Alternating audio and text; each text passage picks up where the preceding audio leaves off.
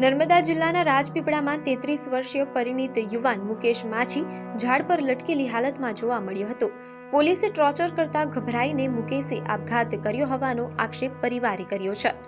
રાજપીપળાના cyber સેલના police constable Laxman ચૌધરીના cyber fraud કેસમાં મૃતક મુકેશને પૂછપરછ માટે લઈ જવાયો હતો, જેમાં મૃતકની પત્નીએ એવો આક્ષેપ કર્યો છે કે મારા પતિને એવો તે કેવો ટોર્ચર કર્યો કે એણે આપઘાત કરી લીધો।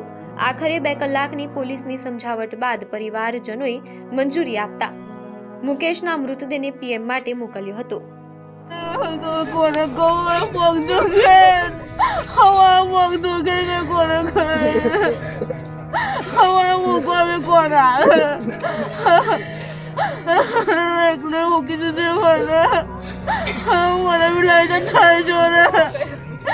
તારે જોડે લઈ જાઓ, તારે જોડે લઈ જાઓ।